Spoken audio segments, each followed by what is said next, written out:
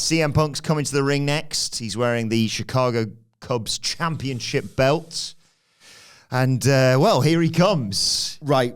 Usually, when we do these podcasts, Wilborn will do his brilliant recaps. Throw to me for analysis. Then we'll have a bit of discussion, some absolutely ridiculous tangents, and then we get back on track and kind of repeat that loop.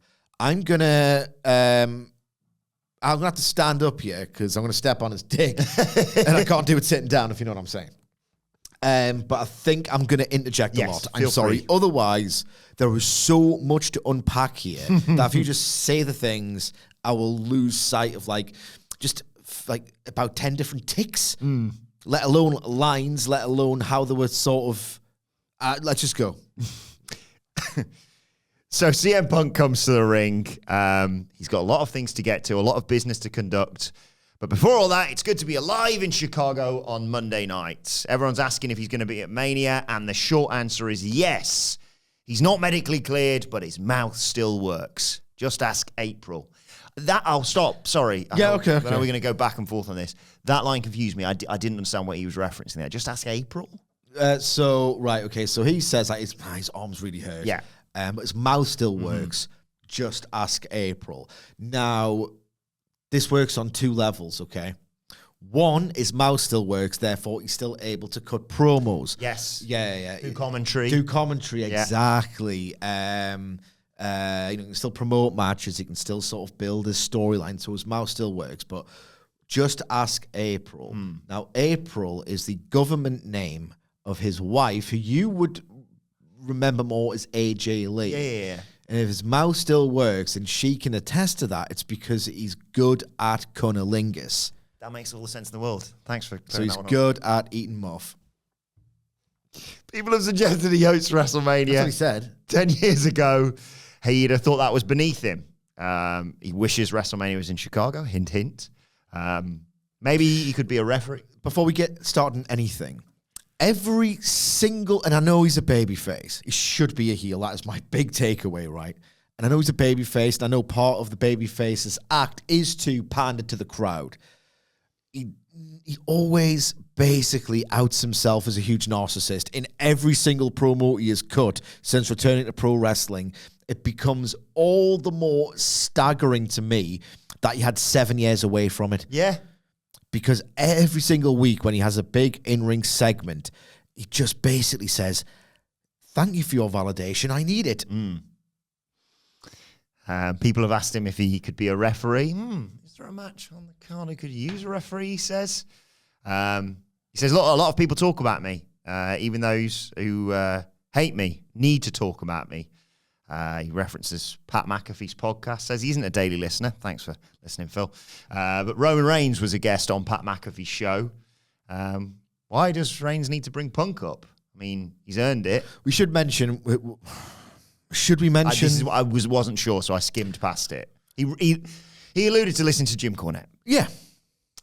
All I'm saying is that in terms of... If he wants to be this polarizing figure... And I'm fairly certain that's what he can't not go for. It's just in his nature. Yeah. Then he's certainly furthered that. He says, look, he's coming back. He's climbing the mountain. Reigns on his way back down the mountain. They'll see each other pretty soon. Then he talks about Seth Rollins. Says they go way back. They don't see eye to eye. He's wearing these high heels now, so he's taller than CM. Yeah, CM he's Punk. talking about Seth Rollins is wearing high heels, and then later... He talks about Drew McIntyre wearing a skirt. So? Yeah, exactly. This is ugly in parts. Yeah, not wise. He talks about him lolling at Punk hurting his arm. Maybe he's earned that, but with all the time in the business. But coming from someone with two bad knees, that's kind of funny to Punk. Then there's someone who hasn't said a word about him. The Rock. Maybe that's because 10 years ago he came face-to-face with me and realised that his arms were too short to box with God. Always loved that line. He won those matches. Yeah, I did think that as well. And then there's Drew. Here we go. Punk hasn't responded to everything Drew's been saying because he handles his business live and in living colour. I love how he said he's not on the internet all the time. When you've got a problem in Chicago, you handle it face-to-face like a man. And here comes Drew McIntyre. Is it on it more than an aggregator? Here comes Drew McIntyre. But before he can say anything or before he can really properly make his entrance, Punk's like, turn that stupid song off. Yeah, sorry, one more. We're going to unpack this bit by bit, maybe. We'll see how it goes. When CM Punk, like, he's so good that I've used this in the past, I'll use it again. CM Punk, and I think this is what a lot of people struggled with post-Brawl Out and all the testimonies and all this, the different sides of the story, is that CM Punk is such a convincing speaker and he has so much conviction behind everything he says, even when a lot of it is demonstrably, like, incorrect or hypocritical. He could talk to me, and I'm not saying he thinks the earth is flat. In fact, I'm fairly certain he doesn't. He could convince me within 3 minutes that the earth is flat. And I thought, maybe. Yeah, maybe. Yes, we do live in a glass dome. Yeah. Thanks, Phil. Anyway, tells him to shut that stupid song off. And then, you know, that's what I was saying. Instantly, that song becomes, it is rubbish. Yeah. It is pretty bad. So he says, look, I'm not medically cleared, but I'd like to have a wrestling match. Get your bitch ass in here, he says. Drew doesn't do that. He stands on top of the ramp and says, I'd love to get in there and beat your ass. But the last time we were together, we both know what happened. Destroyed your arm, etc., etc. And Punk, says, are you a Scottish psychopath in a kilt or a troll on the internet, a gut in the skirt or whatever? Ugh. It's just beneath him. Yeah. Ugly stuff. That's, well, I would like to think it's beneath him. Who knows? But Drew says this is perfect. He's got a title shot. He's got everything he wanted. It's divine intervention. He prayed for this, as he's mentioned before. He's got his shirt with the checklist on. First thing on it is, of course, injure CM Punk. And Punk says, I never have to put another man's name on a shirt to sell it. And Drew rips off his shirt to reveal the graveyard thing that he's the one he had before. Very interesting trivia note. Sorry, very quickly. Like these. He's lying, of course. It is CM Punk. I don't think he sold the shirt, but going back from the classic Terry Funk T-shirt, he had a T-shirt printed same day in Chicago. I broke Big Show's hand. Oh yeah, and the turnaround time and the 1 hour tease that they got it from Chicago is what I think first was the germination of the idea for pro wrestling tees. Really? Yeah, That's amazing. Nice line from Drew in here as well. You don't do drugs, you don't drink, and yet you spend all of your time in rehab. Chef's kiss. Whoever wrote that, and if it's Drew himself, someone deserves a raise. That's incredible stuff. But you know what Punk's comeback to that was? Boo this man. And it was like, so basically, we'll try and convey how quickly he said that, right? Because we might be missing something here. Punk, it's ironic. For all your talk of, you don't drink and you don't do drugs, you spend all your time in rehab. Boo this man. He was jumping down people's throats here so quickly, and we'll get to why I think that was maybe at the end. Drew talks about how CM Punk is his muse, his inspiration. His inspiration, effectively, when he's struggling with those big weights, he just thinks of CM Punk and boom, nails it. Punk's like, please get in here so we can have a fight. Drew says, no, you're from Chicago. You've probably got a weapon in there. I'm not getting involved. So instead, Drew sits cross-legged on the... it's wild, this. He sits cross-legged on the announce table while CM Punk lays down in the ring. And I'm going... It starts to fall apart here. I'm going, what's going on? And Drew says, don't shoot up my kilt because you can see my big yak. I don't think he actually said that on mic, actually, no more I think about it. No. He says, look, I want you to have a front row seat for me winning the world title, says Drew. I'm the chosen one. And Punk jumps all over this. Chosen by who? What's his name? What man of good virtue said this? Right, we need to unpack this. Yeah. The first thing I want to bring up is that when CM Punk returned to WWE, Vince McMahon, who did bestow upon Drew McIntyre the nickname The Chosen One, that Vince McMahon was still in power in WWE when, having returned somehow huge power play after First being, how to phrase this? There were always stories, Rita Chatterton, surrounding Vince McMahon. The first time it became the big news item, he returned. And before the Janelle Grant lawsuit came out, between those 2 points, CM Punk willingly returned to WWE with, in the back of his head, knowledge that Vince is still here. He's still informing WWE's business.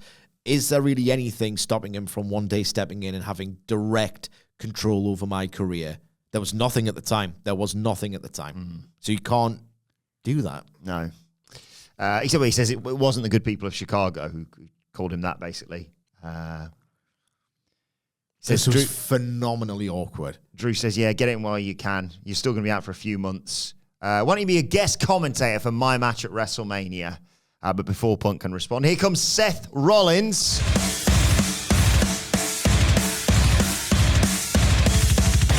Civic Naked! His theme. The face-off with CM Punk. Welcome Chicago to Monday Night Rollins. Now that we've firmly established whose show this is, has been and always will be, you two can stop bickering before he can get any further. There's a massive CM Punk chant, of course. It's Seth's show, but it's his city. Anyway, Rollins says Punk and McIntyre are morons. Punk can't make decisions about a Mania match if he's not in it. But CM Punk's reaction to that, by the way, was like, you know when it's the worst thing when you see, like, in a football match, there's some trash talk, there's some afters after a particularly spicy foul, and a footballer will go in someone's face and they'll go, oh, your breath stinks. Like when Seth went, you're not even in it. Punk was like, hey, spitting on my face. Oh, yeah. Spitting on my face. Like, just every little nanosecond, there was this incredibly awkward tension within the minutiae of everything. But since they want everyone's opinion, why don't we poll the city? Should CM Punk be on commentary for this title match? It gets a reaction, but mainly people are chanting referee. And Seth says, well, unfortunately, he's injured. He can't count. That arm's injured. And Punk immediately dives onto the mat and shows with his other arm, yes, of course, he can count the 1, 2, 3. But Punk also fires back. To be fair, I don't think I could be objectively fair with these two dip. Okay? Yep. Even Drew goes, PG, brother. And then, hang on. Do you want to do another role play here? Would you like to play the role of CM Punk? Yeah. Seth asks Punk, do you want to know what I think, Punk? Nope. Way to reduce the least interesting main event player in WWE. Anyway, Seth says he doesn't think about Punk. He hasn't crossed his mind since they were last in the ring together. He's a non-factor. Punk talks about how everyone needs him, but Punk needs Seth in order to have a moment at WrestleMania. If Punk does do commentary, it'll be the closest he gets to a title shot ever again. He can do whatever he wants at WrestleMania, but just stay out of my way, says Seth. My way. Punk says, okay, it's decided. I'll sit next to Cole and Pat. I'll do a little commentary, and I'll do something that the two of you could never do. And he lists all these things, including Seth Rollins' wife, Becky Lynch. He's going to do something those two could never do, and that's make them both interesting. We're saying the quiet part loud there. Punk goes to leave, but McIntyre interrupts. He wants the last word. He wants the music off. He says, Punk, you're obsessed. No, sorry. I'm obsessed with the title. Punk, you're obsessed with me because I'm living your dream. I like this bit. You're my number one stan. You write me back just to chill. Truly yours, your biggest fan. This is Phil. And then he gets super kicked by Seth Rollins and a big curb stomp to end this segment. This was incredible television. Ugly, toxic, childish, incredibly authentic. I was captivated. I had to rewind this so often in my first viewing experience just to make sure. Hang on, when is this falling off the rails? Yeah. Did CM Punk really just allude to Vince McMahon being a complete piece of shit? What is going on? I was trying to rewind it. It took us 40 minutes to watch this, genuinely. Like, are they shooting? Like, are they shooting? And here's the big, huge conditional if. If, underscore, italicized, button, bold, if every single subject matter that arose, if every line was kind of approved or within this subject matter, within the parameters of what we're going to say, one of the most sophisticated and great works I've ever seen. Yes. The tension was so thick. The tone, the atmosphere was really transgressive, really awkward. It just felt like not a WWE segment, or it felt like a WWE segment going badly wrong. And we know that CM Punk, dating back to 2022, has previous with being injured at the worst possible time, sitting at home, progressively descending into a more vile, foul, toxic, combustible mood. You said stewing when we were sat in the office. Stewing. Coming back to TV and it all going, just a total explosion. And this was that. Yeah. He couldn't escape this segment without thinking, Christ almighty, these people hate each other. This is pretty great. Exactly. If they can harness it, if they can either do it before it all goes tits up. Yes. Or if they can sort of go, right, okay, you cannot, if you're Drew and you know, bringing up that Vince McMahon endorsed you back in the day, you cannot have your name associated with Vince McMahon. It is what, like you say. Wade Keller, by the way, of the PW Torch, a great, enduring, reputable journalist, said that was improvised. And of course it was. Yeah. But you cannot be doing that. Yeah. You cannot be doing that. Drew's face is very much, again, you could freeze frame on this. It's like it's WWE's Zapruder film, just like the post-Brawl Out one was, that press conference was. Like, you can zoom in, pause on Drew's face. It was like locked in a grimace, but there was a smile behind it of, well, I don't quite know what to say. I'm a picture of awkwardness, but I might at the same time be overjoyed that you have just snapped like this. Like CM Punk. If he hasn't renegotiated a deal, another zero has just been added to Drew's contract. Oh, Christ, exactly. That's a really great take. It was just, I could not escape the impression that it is happening again. It is happening again. CM Punk has suffered a injury at the worst possible time, and he's furious about it. And as a pot on the news, what Drew's doing is really inspired. I don't think it's that clever.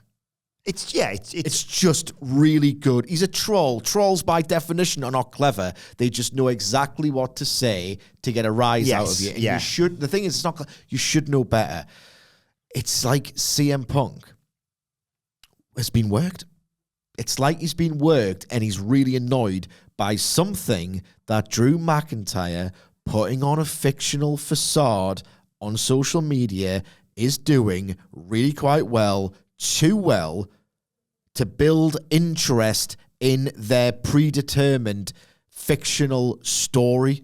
And he seems like he's really annoyed by it. But it also seems like, we've talked a million times about when people kind of cross the line and reference. Shut up, Wilborn. You didn't respond in 2 seconds, so I'm going to jump down your throat. I forgot to mention that. That's what it was. Every second was just thick. But it we talk sometimes about people saying stuff and you're like, that's a bit much, isn't it? Referencing family members who've passed away, whatever it may be, right? And we sit here and say, presumably, there's been a conversation of, if you want to use this against me, that's fine. Or can I use that? Yeah, okay. But I've always said, what do the WhatsApp messages between a feuding wrestler and their two feuding wrestlers look like? But don't say this. Oh, that's fair game. Say. It's it's politically difficult to navigate. I have been informed. But it doesn't seem like Drew. The vast majority will just do business. Yeah, they're in the business of having to have thick skin. But the things that Drew have done, as much as I think they're sensational, I wouldn't think you'd necessarily even have to run that past them. That's just business. I'm gonna go and get a photo outside Minnie's Bakery. He's not gonna be annoyed by that. I'm gonna play Crimea River whilst I lift some weights. He's not gone scorched earth or questioned. questioned someone's marriage or questioned someone, or there's no sunny days. No, exactly. Alluded to, losing. Spending a lot of time at the bakery, and I don't mean Mindy's. Yeah. It's like. It's the bakers. That would be the better way to do the punchline. But it's not been stuff that you're like, that's a bit, all right, man, that's a bit much. You don't talk about that. It's always been like. It's BTE light. Yes. And maybe on a subconscious level, he's associated Drew's brand of patter with the enemy. I don't know what it is. I'm not a psychologist or a psychiatrist or whatever. Something's wrong. And he seems really, really, really worked up. He just could not let Drew get a word in edgeways. He just was utterly rattled is the word. I mean, either way, I'm fascinated. Like, I joke with you. He's either completely gone off the rails, right? Because of what Drew's done, or, as I mentioned, if you watch or if you see the clips on social media, who sat directly behind Drew McIntyre when he's at the commentary desk? It's the Chicago guy from Survivor Series, and maybe Punk's had some sort of flashback to that. Or he's gone, people know about all the history I've got with this, particularly in AEW, but even, I know because obviously the AEW references haven't really landed within WWE. People are aware of yeah. So he's gone, what if we lean into that? What if you just say whatever you want and I'll just leap all over it like I'm proper bothered? Regardless of what's happened. My God, has it added more fuel to this fire. Like, I think it's fair to say that, we were both looking forward to that World Championship match, and we both kind of assumed Punk was either going to be in attendance. Yeah. The referee would have been a bit of a stretch, and maybe probably would have overshadowed the whole thing. But at bare minimum, would have been on commentary, and we'd have probably sat here and gone, "That's going to be quite fun." He's going to slag off both people, but he brings a brilliant element to his personality to commentary. It's going to be a fantastic addition. Now, what? Like they're inevitably going to brawl round to. It was like, oh yeah, Seth's going to have a World Championship match, and Drew's probably going to beat him for the belt, and that's probably for the best. And then Drew's going to hold it, and then Punk's going to come back, and blah blah blah blah blah. But it was kind of secondary to the whole, obviously, bloodline, Cody, Rock, Roman, etc. Now, you're like, well, what?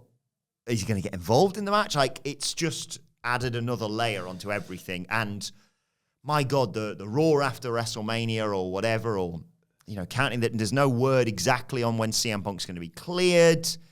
If they can keep that under wraps, it'd be amazing. I just, I thought it was just going to be a nice homecoming Chicago. Yeah, Seth and Drew are going to have some jabs at Punk, but he's the hometown hero. He tried at one point, we forgot to mention this, you mentioned this in the office, and I've completely forgot, to get a CM Punk chant going, and because it was going so all over the place, the crowd didn't get on board with it. The crowd didn't detect it, and that just worsened his mood. Obviously, I'm not saying he wasn't over. He was a godlike figure, as he always is in Chicago, but that just seemed like his rhythm was off. It just seemed like there was something seriously amiss and that he was really pissed off for whatever reason. And how often does this happen? How long can it keep happening? It makes for unbelievable television, but it just feels so untenable. Untenable. We've been here before. If I've been worked, by the way, I am so happy, but someone very reliable has said the line was improvised about Vince. It just, you had to watch it and think, you're not that good at acting. You're just not. Is Punk on Raw next week as well? I don't know. Misremember. I feel like it's been said that he's on this one. I bloody hope so. I think our brilliant, handsome producer is about to check it out. But my broad take on this, because we went all over the shop and bit by bit, was like, I was reminded of, I'm a parent. This was like watching children. Children play games that they are, for whatever reason, I don't know the psychology behind it, children are desperate to win games. I don't know what it is. It's like they haven't matured or whatever, so they can't sanction the concept of losing because I think they just get what they want and they want to win. And when the learning process of I don't always get to win, it rattles them. It was just so redolent, this entire segment of watching children who had to get the last word, who had to, it worked quite well in terms of the Drew aspect of that, I suppose. Yeah. Because he's like, no, we're not ending on that. This was excessively effective in terms of building my interest in these characters and wanting to see what happens next. And if they can, it's probably the best can they coexist storyline WWE has ever told. 3 Seth was trying to be the bigger man. He needs to just get down on the mum. Yeah. Just children changing the rules of the game of, I won that one, I won that exchange, I'll chant my name, or I'm the best. Children, corn cobs, insisting over and over again that they have not been owned. This remarkably petty, awkward, childish display of, I won that battle, or I've got the killer line, or your friends are someone who, well, here's the thing about you, is that the person who thinks you're good was accused of sex trafficking. What the f*** are you doing? Are you f***ing stupid? Like, I just could not believe my eyes. Are we astonished if there is a single ticket for WrestleMania left after this? He is on the go. Yes! Oh, we don't get to preview it. I'm still going to watch it. Yeah, we'll talk more about it on Raw next week. And then the day after that, we fly to America. God, what a week. The energy on this was something you'll never see on WWE television, and it's something that you cannot maintain for long. No. Untenable is the word here. Ugly, toxic, in spite of itself, unbelievably captivating.